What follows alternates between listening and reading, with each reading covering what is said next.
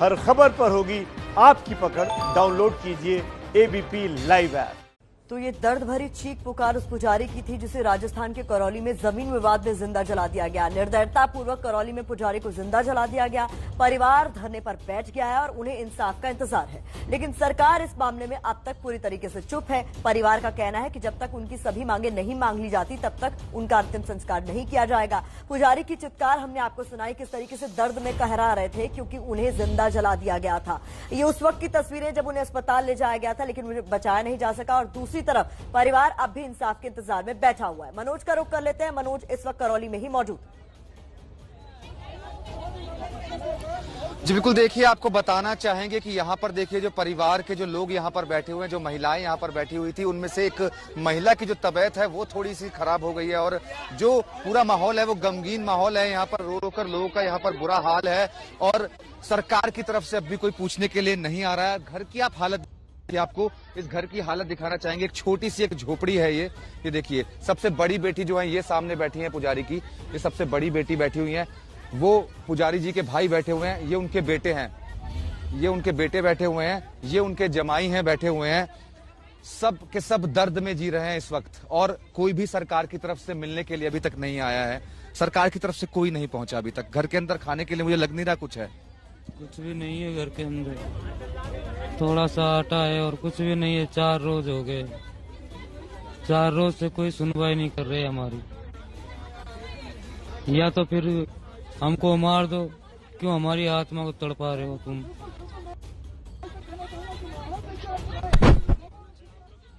सरकार के लोगों को आना चाहिए, यहाँ के लोग यही डिमांड कर रहे हैं। ये चूल्हा आप देखिए, ये चूल्हा पिछले 48 घंटे से नहीं जला है। 48 घंटे से ये चूल्हा नहीं जला है। यहाँ पर लोग भूखे हैं यहाँ पर। और इधर तस्वीरें आपको दिखाना चाहेंगे।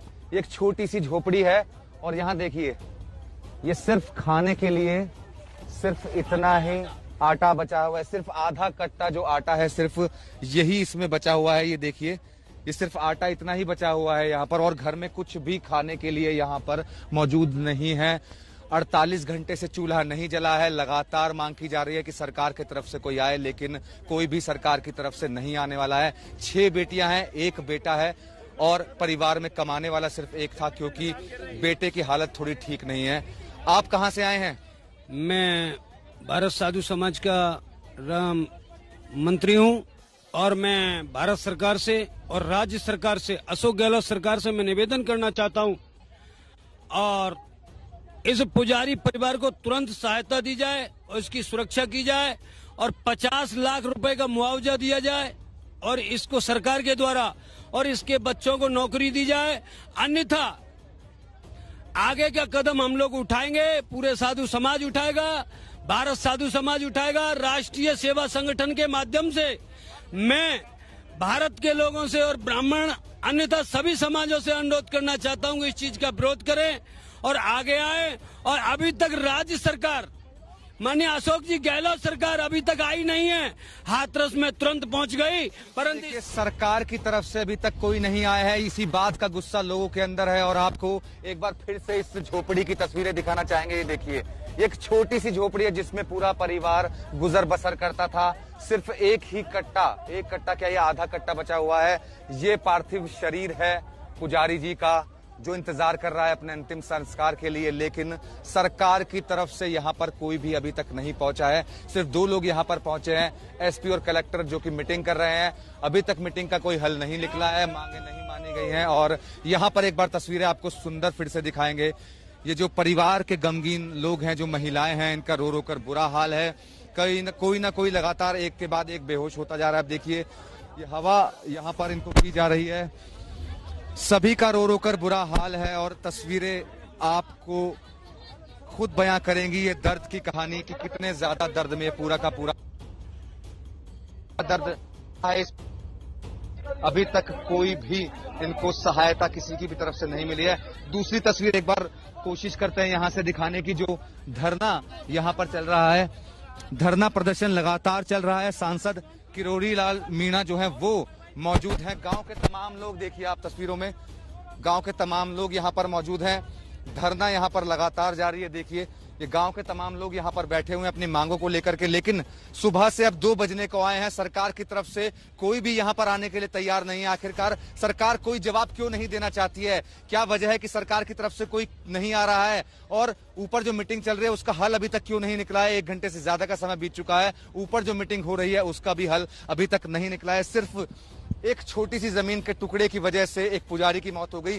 वो जो टुकड़ा है जमीन का वो यहाँ से थोड़ा ही ऊपर है। अगर हम कोशिश कर रहे हैं आपको दिखाने की कि आखिरकार वजह क्या थी, वो जमीन का टुकड़ा वजह बना पुजारी की मौत का, आपको दिखाते हैं। कैमरामैन सुंदर तस्वीरों के जरिए आपको वो जमीन का टुकड़ा दिखाएंगे जहां पर अभी भी भीड़ लगी हुई है और गुनाहों के निशान अभी भी वहां पर मौजूद हैं। उस सामने जो आप एक हिस्सा देख रहे हैं ना, वही हिस्सा मिला था पुजारी जी को, जो गांव की तरफ से मिला था वो हिस्सा था। और ये कहा गया था कि ये आपके लिए है, आप इस पर मंदिर बनाइए, अपना घर बनाइए। लेकिन कुछ दरिंदे थे जिनको ये बात मंजूर नहीं थी। आप कोशिश करते हैं आपको दिखाने की। अभी लेते हैं एक छोटा सा ब्रेक। ब्रेक के बाद आपको वो जगह दिखाएंगे जहां पर ये पूरा गुनाह हुआ।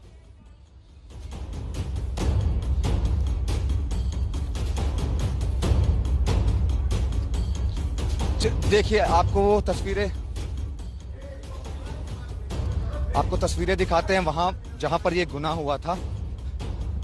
सिर्फ ये एक छोटा सा जमीन का टुकड़ा था जो पुजारी को पंचों की तरफ से मिला था और ये कहा गया था कि ये आपका हिस्सा है, आप इस पर अपना मंदिर बना सकते हैं और आप यहाँ पर अपना घर बना सकते हैं। काम भी शुरू किया गया था। ये देखिए यहाँ पर, क्योंकि ये पहाड़ी इलाका है, आप देख सकते हैं ये पहाड़ी इलाका है, तो यहाँ पर जेसीबी बुलाई गई थी और इस हिस्से को समतल किया गया था। और जब इस हिस्से को समतल किया जा रहा था, ये 6 सितंबर की बात है, उस वक्त भी थोड़ा बवाल हुआ था और 6 सितंबर को लोग यहाँ पर पहुंचे थे। जो कैलाश मीणा है वो अपने साथियों के साथ पहुंचा था, तब भी बवाल हुआ था। गांव के 100 लोगों ने लिख कर दिया था कि ये जमीन पुजारी की है, उस पर साइन किए थे बाकायदा। लेकिन 7 तारीख को पुजारी ने देखा कि यहाँ पर ये छप्पर लगाया जा रहा है और छप्पर जो है वो कैलाश मीणा अपने साथियों के साथ, वो जो छप्पर आप देख रहे हैं वो लगा रहा था, यहाँ पर भी लगा रहा था। जो पुजारी थे वो यहाँ पर पहुंचे और उसके बाद उन्होंने मना किया। मना करने के बाद जो कैलाश मीणा था उन्होंने अपने साथियों के साथ मिलकर पहले छप्पर में आग लगाई और उसके बाद जो पुजारी थे उनको आग के हवाले कर दिया। इसके बाद पुजारी को अस्पताल ले जाया गया जहां पर उनकी मौत हो गई। अब चलते हैं एक बार फिर से परिवार के पास, क्योंकि परिवार का रो रो कर बुरा हाल है और जो परिवार के लोग हैं वो लगातार, जो महिलाएं हैं वो एक के बाद एक महिलाएं जो हैं वो बेहोश होती जा रही हैं। परिवार के पास खाने के लिए कुछ भी नहीं बचा है। तस्वीरों में जिस तरीके से हमने आपको पहले भी दिखाया था कि घर के अंदर सिर्फ आधा कट्टा ही जो है आटा बचा हुआ है और 48 घंटे से जो चूल्हा है वो बिल्कुल भी नहीं जला है। और दोबारा से कोशिश करते हैं परिवार से बात करने की, क्योंकि पुजारी जो थे उनकी 6 बेटियां हैं, 1 बेटा है और बेटे की अगर हालत की हम बात करें तो वो मानसिक रूप से ठीक नहीं है। पुजारी सिर्फ अकेले ही थे कमाने वाले और वो अकेले ही अपने पूरे परिवार को पाल रहे थे। 5 बेटियों की शादी हो चुकी है और 1 बेटी की शादी होना बाकी थी और वो बेटी जो है अब रो रो कर बेटी जो है उसका बुरा हाल हो चुका है। परिवार की तरफ हम आपको ले जा रहे हैं और जहां पर परिवार के लोग मौजूद हैं, जो घर की महिलाएं मौजूद हैं, जो लगातार रो रही हैं और अपना दर्द बता रही हैं कि किस तरीके से उनके साथ ये सब हुआ। हम आपको उसी तरफ ले जा रहे हैं, वहीं से हम आपको वो तस्वीरें अब दिखाएंगे।